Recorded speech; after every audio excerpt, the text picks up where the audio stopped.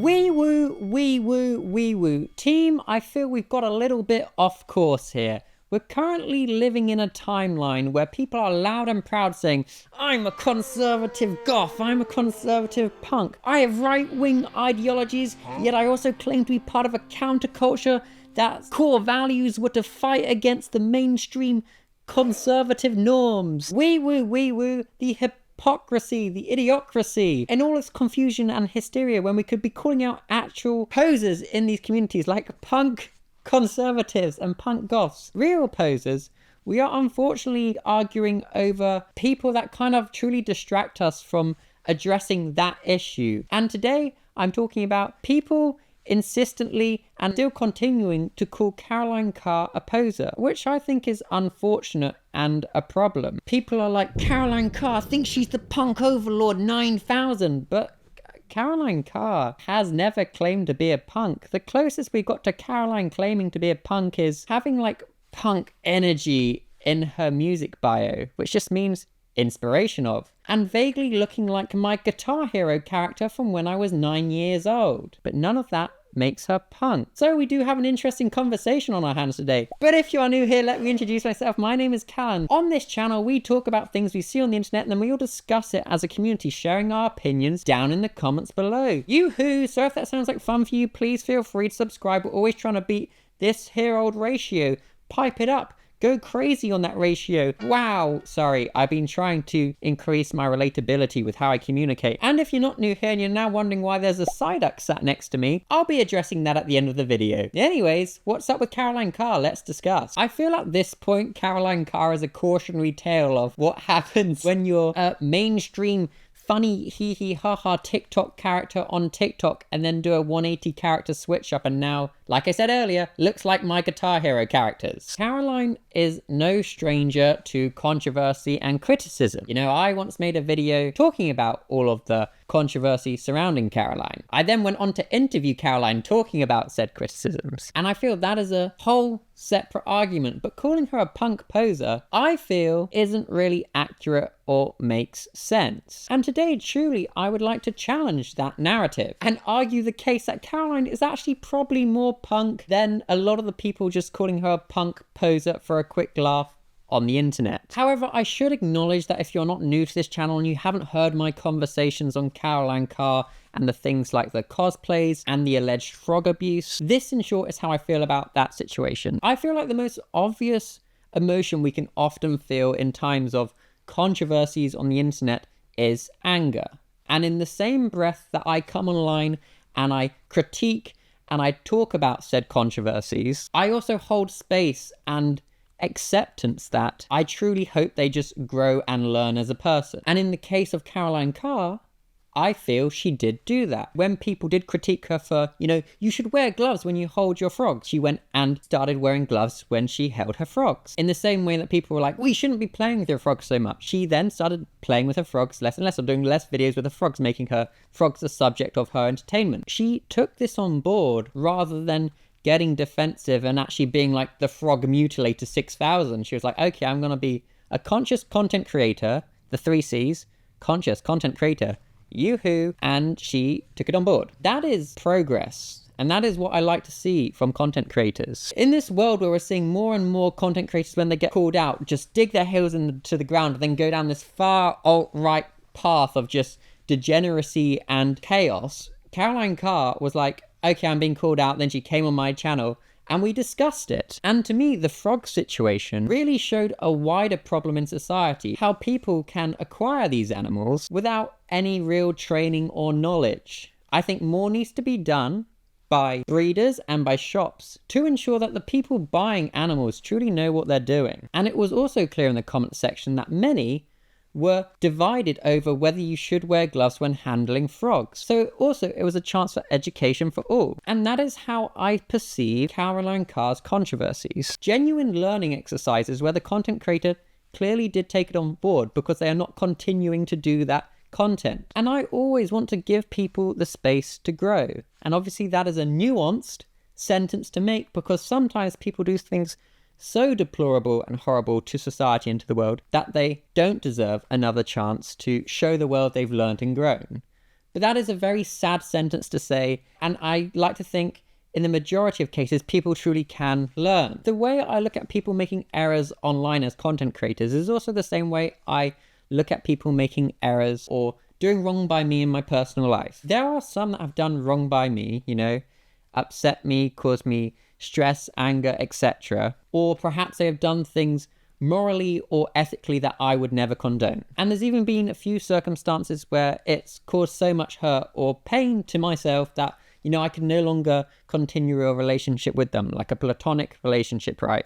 I can no longer be their friend, I can no longer stand by them. But in that same breath I condemn them, I still hold hope that even if I can no longer be their friend and support them, I hope they become better and do better, not just for themselves, but for wider society. I think to be like, once human does bad, they can never do good again, they don't deserve another chance, is kind of like anti-humanity, and that is kind of sad and just not progressive. Obviously, again, when I say that, there's circumstances where some people do not deserve another chance in society. They've done something so shocking and horrible and unforgivable. In those situations, lock them up, throw away the key. However, Caroline Carr is so removed from that conversation. She's not this horrible person that's done something unforgivable. And this non-stop tirade I see on TikTok calling her a punk poser genuinely does not make sense to me, and I think it's people directing their energy towards the wrong posers in communities when there's actual people in these communities that should not be welcomed in at all. And also, just another quick side note, if you're like, Cal, you're only saying this because you're cool with Caroline Carr now, you both follow each other. I followed Caroline Carr when I decided to reach out and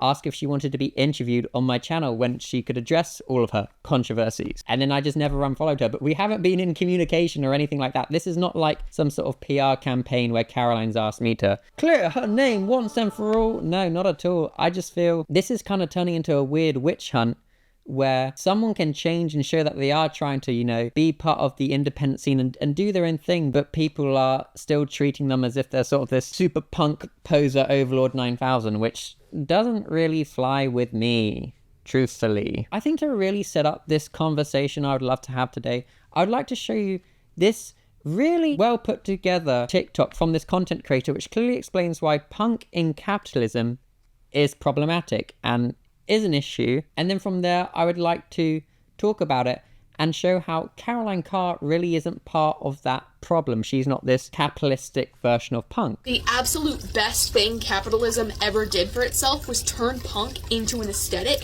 Here's why, and why it relates to Caroline Carr. Punk is a genuine threat to capitalism, but it's only a threat to capitalism if it's true punk. If capitalism can market punk as a Halloween costume, as an aesthetic, it's safer from, the resistance or whatever the f*** you want to call it. That's why you see things like punk rocker Halloween costumes, or, just like anarchy shirts, or just something like that. Think like in Hot Topic, how there's those pre-made patch pants. Think things like that. On actual crust pants or patch pants, there are band patches, things like that. Some people put political patches on them. I don't personally do that. But the point is, there's an actual message behind the pants. But then capitalism produces its shiny, buffed out version that's got a couple of fists on it or something like that, and that's really all that's on the pants. It's a costume of the real thing, but it also diverts people's attention away from the intention behind punk. People like JoJo Siwa that are super edgy right now, and they're standing out and they're resisting, but they don't actually say what it is they're resisting against, or they don't actually say what they're standing up against. Creators like that, they're standing up to the system, but they never talk about what the system actually is. That's what Caroline Carr reminds me of. And that is exactly what capitalism wants, because think about it for 2 seconds. Capitalism will package and sell you anything they can to make money off of you, including the punk aesthetic. When you look at these shirts that are anarchy, or, whatever, they never have anything actually political on them, kind of like Caroline Carr. She's not political in any way, yet she claims to be punk. She cosplays a punk, basically. And I'd even argue she doesn't look that fucking punk. She She almost looks like those 2020 e-girls. But what I'm upset about, and what a lot of other people are also upset about, is just it's not punk. It's capitalism's polished version of what it thinks punk should be. And this is such a genuinely awesome, strong critique of the capitalistic take of punk. It's correct in so many ways. And I would say your name, but you just have a zombie as your name, and it's Horde of Zombies. But yeah, I agree with so much of this, that how capitalism is so strong and deadly is because it will take the basic concepts of things and make it fun, quirky, packageable for all to enjoy, and that then dilutes it because the imagery is no longer enough. It's actually, you have to talk to people to understand if they actually are punk or if they're just, a crusty juggler with their fake crusty pants, and they're not actually the Crust Lord 6000, they're actually the punk poser 12. Anyway, so many truths here. Shout out to you. You articulated this point so well. However, this is where I now argue in complete defense for Caroline Carr. So strap in, get involved, because we have such an interesting, nuanced conversation ahead of us. In this video, there is a couple of assumptions made that Caroline Carr is a punk. She's claimed to be a punk, and this isn't true. Caroline Carr has never claimed to be punk. Well, a lot of people were online recently trying to say that I think I'm punk. I feel like Avril Lavigne as I'm saying this. I literally never ever said I was punk. Just because I wear studded vests doesn't mean I'm fucking punk. I consider myself alternative. In truth, I don't think she's ever really looked that punk. This is the third time I've made this joke now. Maybe from the third time you'll finally laugh. But to me, she looks far more like a Guitar Hero character. She looks far more glam rocky-esque than ever being punk. And this content creator even acknowledges that. They don't actually look that punk. However, I think the confusion comes on people that are maybe on the fringes of punk, that haven't truly researched the subculture, and they see things like she did a cover of Cherry Bomb, a very mass-marketed, popular mainstream song, and they were like, "You think you're punk, Caroline?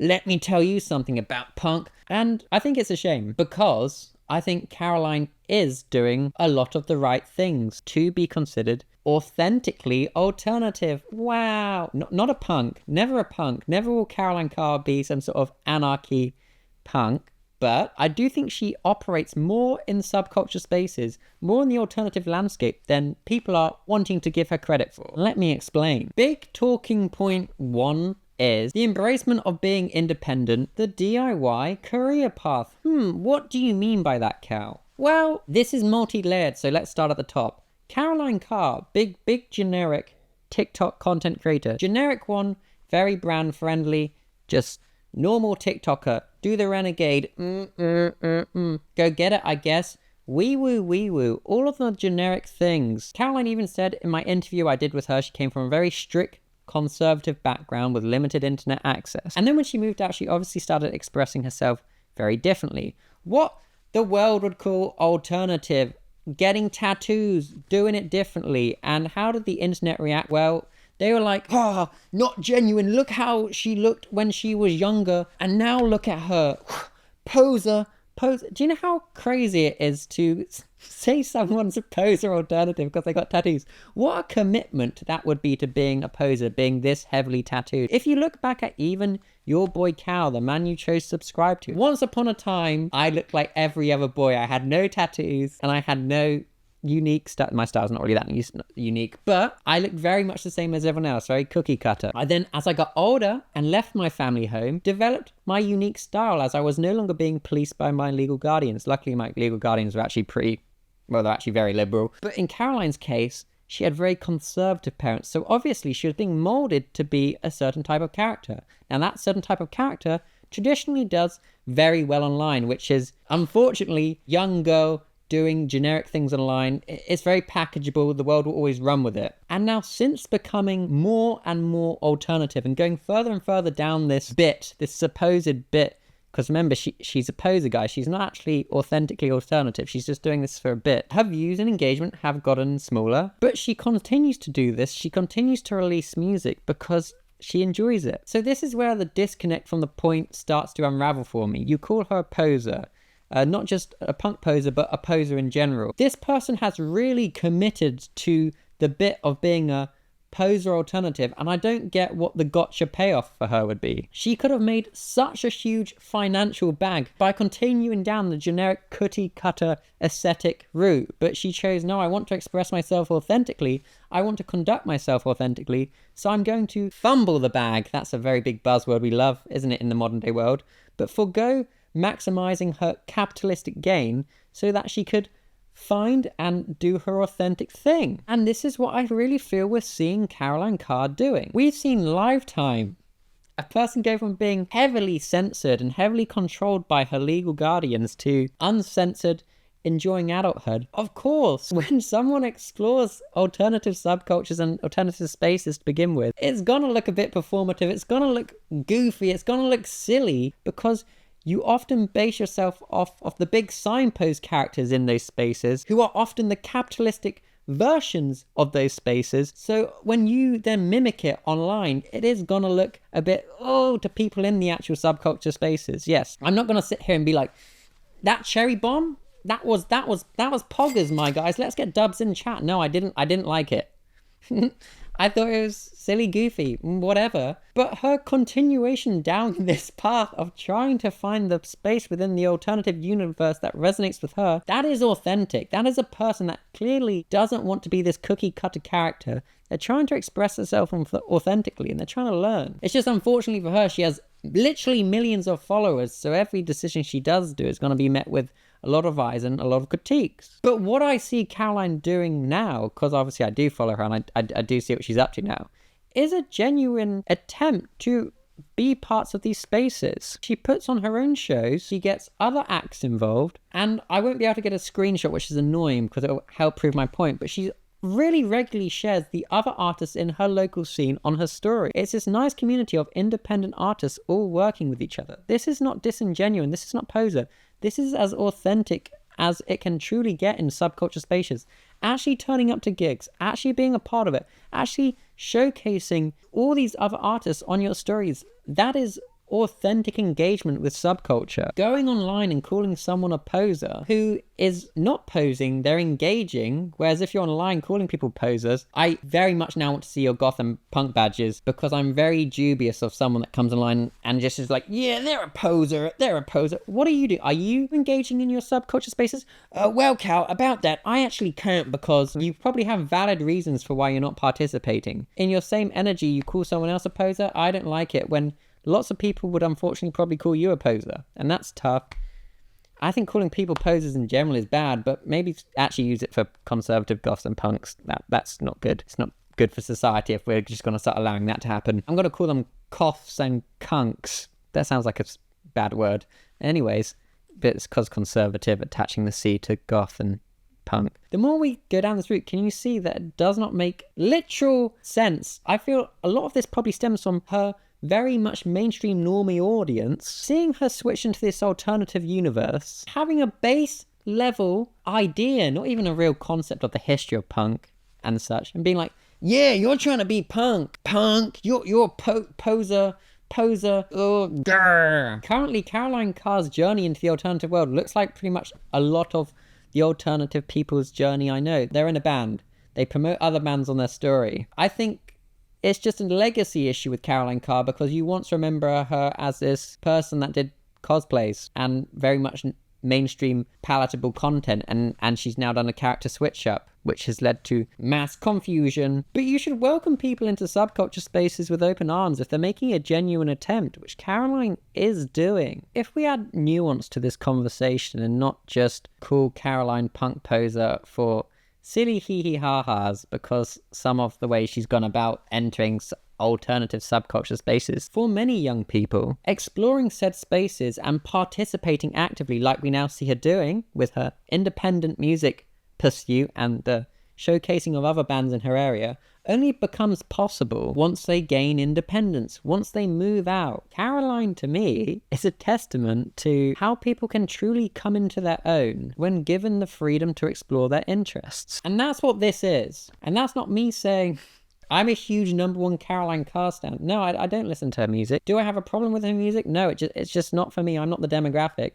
I think her latest song, I Walk Around, in high places. I think it's fun. I think it's cool. And I think you could do a really, really, really good Has Been Hotel edit to that song. Bum bum ba dum bum bum. It's fun. It's pop, but it's not something I would choose to listen to. No, but that doesn't mean she's a poser. She is authentically alternative. I would say. Oh now I'm just gonna get called a poser. She's more alternative than me because she actually is in a band and she's very involved in her alternative scene regularly. More regularly than I am, probably, by the looks of things, by how much she posts on her stories. I'm not a poser, by the way. I just have no desire to be in a band. But she's actively engaging in her community, in her world of being an independent alternative artist. And it's not punk, it's not goth.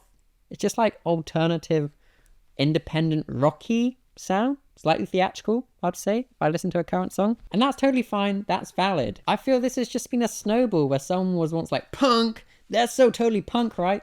Everyone else was like, yeah, when she's not really, and she also claimed she wasn't. So doesn't really make sense in my books. Nobody ever grew up alternative. Cow, I grew up with a moth tattoo on my throat. I had cyber sigilism on my arms by the time I was 5.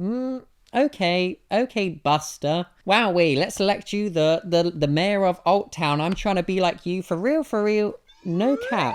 But I'm calling cap on you. I feel Caroline could have signed to big generic TikTok music record label type beat. We've seen so many big TikTokers start the most mediocre, terrible song music careers where they're signed to these terrible labels and they release all the same sounding music. Caroline Carr has chosen to forgo all of that. Forgo being like Renegade and trying to create a song that'll be used in like a TikTok short or whatever. Trying to create that little snappy generic beat and then the rest of the song being so mind-numbingly bad. And she's actively tried to pursue something that actually resonates with her. In what scenario is that posery? Yes, you can say her music doesn't resonate with you, but this is an authentic expression and attempt into alternative subculture spaces. Because this is not mainstream music. This isn't music packaged for the mainstream. The way she presents herself isn't packaged for the mainstream. This is definitely alternative. I don't know about you, but not many people in my friendship group decide to dress up like clowns every day. And that's not me saying she looks like a clown. Caroline literally dons a clown persona. Another reason people have,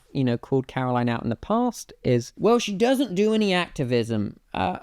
I think she does. I think she does pretty much the same amount as every other social media influencer that actually chooses to be engaged and aware of what's going on in the world does. And by that, I mean she shares stuff on a story, she puts links in her bios. And yes, people can always do more if they are capable to. I know sometimes they may not have the mental capacity to do more, and that is okay.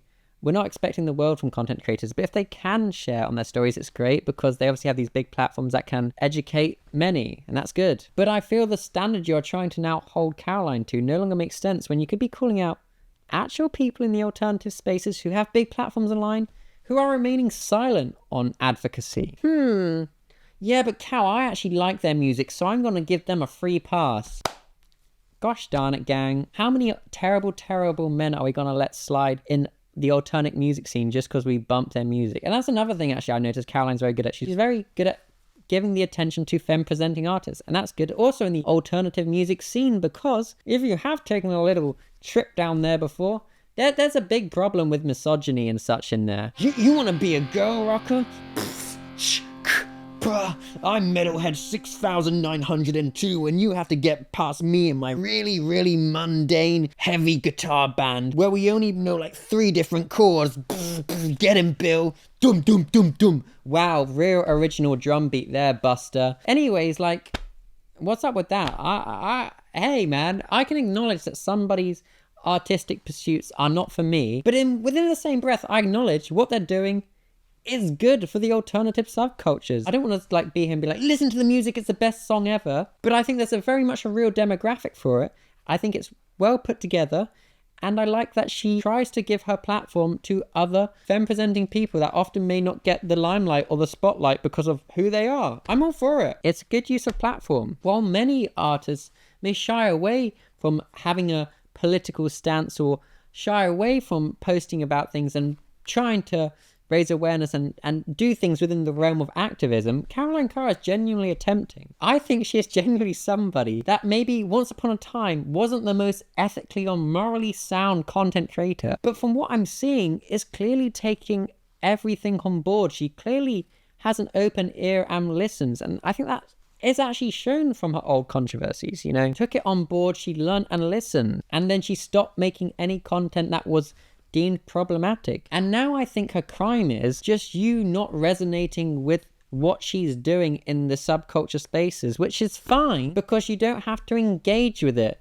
There's 1,000 bands in your local area trying to make it big. Go support them. Actually go commit and be part of the scene rather than dogging on someone online that you probably used to watch her frog videos and now you don't like her because she's doing something very different. It doesn't make sense to me. I just feel so like, when I look at it, it's not logical. And like I said, this goes back to my initial statement I made. Anger is like the easiest emotion we can feel. We can feel anger and we can be like, yeah, but you're bad. But if someone's actively trying to change and actively trying to be better and do better, awesome. And you may find you may no longer resonate with them because of the things they did in the past, so you don't want to watch them, fine. But if someone's actively changed and they're actively now involved in subculture spaces authentically, this is authentic participation, being independent, being in the scene, showcasing small artists. That is authentic participation. That is no longer a poser at that point. So to call her a poser, which is why I've made this whole video, because why are people still calling her a poser? It literally does not make sense. And I know perhaps this video hasn't been as articulate and sectioned off with points like I normally do in all my videos. I do talking points, but it truly just annoys me because it's a baseless claim from people that often, if you click on their profiles, the standard they're trying to hold Caroline Carr to, well, you're a poser, you're not real. It's like, well, what are you doing? Genuinely, what are you doing? You don't have anything on your profiles to suggest that you're participating in the scenes. And though I truthfully don't care what someone is or isn't doing, I'm not going to go online and be like, what are you doing to make sure you're active in your subculture spaces? If you're going to call someone a poser, though, you best be participating in said scene that you're calling them out for. Otherwise, you're just big, silly teapot. You're like a tea bag in a cup with no hot water. You're useless. I don't like it. I don't get it. I think it's counterproductive. I don't know if it's like the naivety which I'm aware I have in my personality. I'm aware there's this trait I have in myself where I'm vaguely naive sometimes, and I really want to see best in people, and I really like to feel people have changed. Even the people that have done me worst in my life, I can only think of like one actual individual that's done something like genuinely bad. There's part of my soul and existence which hopes they go on to change and do good. And maybe we can have this conversation in the comments, which is like, Cal, you're being naive. People don't change, but I want to have faith in humanity, and I want to believe with education and open conversations, people can be changed and people can do good. Or, maybe I'm just being naive and screw Cowder's life. But I don't know, and that's not meant to be me being like, oh, pick me, choose me, I'm so right. It's a genuinely be honest with me. Because for what I'm seeing here, what I'm seeing right now, this is authentic expression. This is someone trying. And while, yes, I have to acknowledge that obviously certain privileges Caroline would have had whilst getting to explore the alternative subculture space, not everybody could have afforded to have such well put together music, yes. But this is all coming out of Caroline's pockets. And to go back to the point I mentioned earlier, where she's choosing to no longer forego being this mainstream cookie cutter type TikTok-esque character, and this isn't throwing shade at Caroline, this TikTok page will not be making much money whatsoever. And I know this because I've worked in like the back end, in the operations side of creating content for people for about 6 or 7 years. I've been an editor, I've been a videographer, I've been an account manager, so I've helped people make their content. This is not a crazy profitable page. And I don't doubt that once upon a time, the sort of money Caroline Carr would have and could have been making would have been genuinely mind-blowing and crazy if it was monetized in the correct manners. This isn't a big profitable thing. All we're seeing now is just passion project after passion project. And yeah, fair enough. I think it's nice to see. And I'm all for people expressing themselves authentically because I'm always very aware and always conscious. Not everything I see on the internet, not everything I look at, not everything I'm exposed to has to be for my consumption. It doesn't all have to be for me. So if I don't like someone's sound or whatever, I just don't engage with it. Doesn't mean they're a poser just because they're expressing themselves in the alternative umbrella in a different way to me. Their sound is different to the sound I like. I think it's fine. It's awesome. It's lovely to see people expressing themselves in their authentic manner. And I think that truly is what Caroline is doing. Can we just start calling the right people posers, please? For the love of heck. I'd be all here for it. I'd make a video being like, stop it, Caroline Carr. If she was like, I'm punk and I'm bringing punk back and we're gonna take on the mainstream while it's also being corporate. Yeah, I'd be in there with my galactic moral and ethical justice bazooka being like, pew, pew, pew, stop it, this is bad. I don't know, yeah, but like, this is someone that doesn't label themselves punk. This is a silly conversation, chat. This is a very, very silly conversation. Silly, goofy, and I actually want to discuss it with you all in the comments section. I think this is an interesting one. I think people have different opinions, which isn't unfortunate, because I've always stressed on this channel, I don't want people to agree with me all the time. That'd be so boring if this was like the Cow Does Life dictatorship. Whatever Cow Does Life says is word and law. This is a place for conscious thought and engagement. Let's think, let's talk. I'm aware people will come to different moral and ethical conclusions on Caroline Carr than to me. And that is okay. That's not a bad thing. It doesn't have to be this grrr, boo, hiss, boo. It can be, okay, it's interesting you come to that conclusion. Let's talk it out. Let's try and see why you feel the way you do. And let's try and see the way I feel. And for all of that, we can also hopefully agree that doesn't make her a poser. It might just be someone you can't forgive morally and ethically. That's fine. But the poser thing just doesn't make sense. So let's conclude on this conversation of Caroline Carr. And you know I love my PR cliche cringy conclusions because they honestly they just entertain me and they make my head feel kind of fuzzy, and I kind of like that. So I'm going to call this one Punk in Action, not just in aesthetic. You go, Caroline Carr. I like that you look like my Guitar Hero characters. This would be like a full circle meta moment if one day I played Guitar Hero with Caroline Carr, but specifically in this outfit. Anyways, we're digressing. What's up with that? Let me conclude. I think Caroline Carr's present day actions, not her past, but her present day actions, from supporting her local scene, for advocating for social justice, embody more values associated with being actually punk than many of her critics realise. Because as we know in present day, looking punk or looking alternative or looking like you belong to a subculture isn't enough anymore. Anyone can do that. Any Tom, Dick or Harry can go to their local shop and buy the costume. It's about actively supporting others, actively being in your community, in the local scene. That's where it's at. And standing up for what you believe in. And while I do want to say, I don't actually think Caroline Carr's punk, but also she's never claimed to be punk. She's never claimed. This is a label we gave her. It's easy though to call someone a poser based on their past or how they present. But to me, if I look at this objectively, not subjectively, but truly objectively, if we look at all the evidence, it shows a genuine commitment to an attempt to be authentic in the alternative landscape. It's going deeper than aesthetics. And you know what I say to that, Antima? I'm going to be very, very like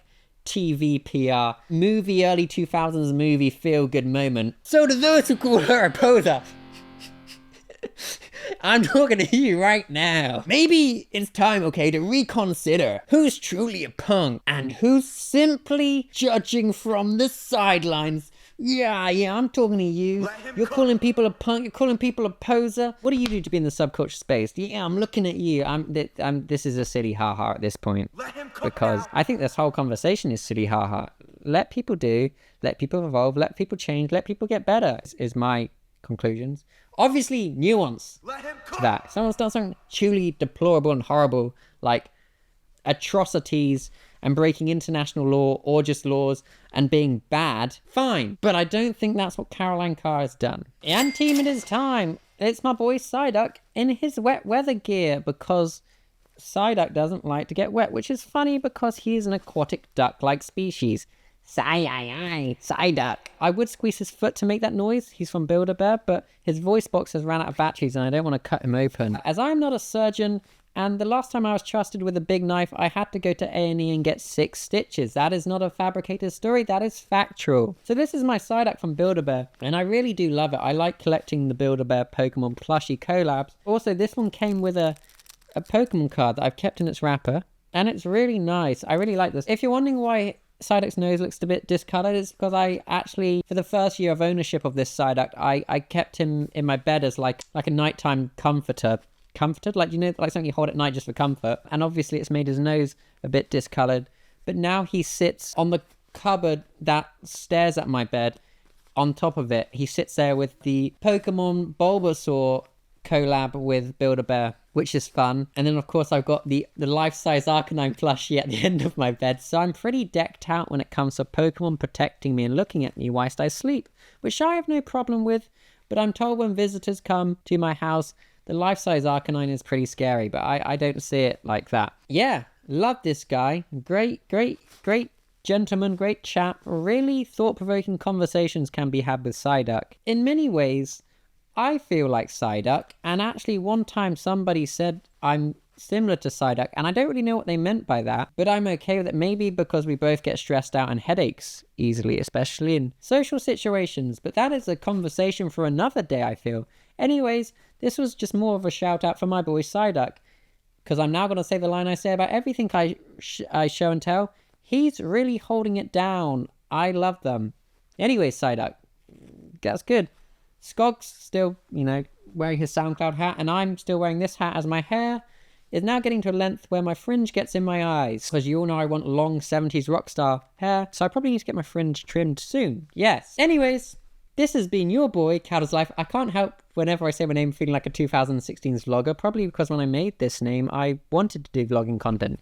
I shall see you in the next video essay. Please discuss this conversation with me down in the comment section below. And like I always say, there's no pressure to ever agree with me. This is not like a dictatorship over here. This is a democratic comment section where we can all freely express our comments without me being like, you're wrong and I hate you. I will always listen to you and try and understand your point. Anyways, I've been your boy Cow, Skog, Psyduck.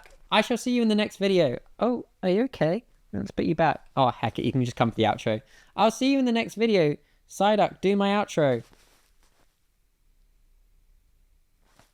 Okay, he's not doing it. Bye!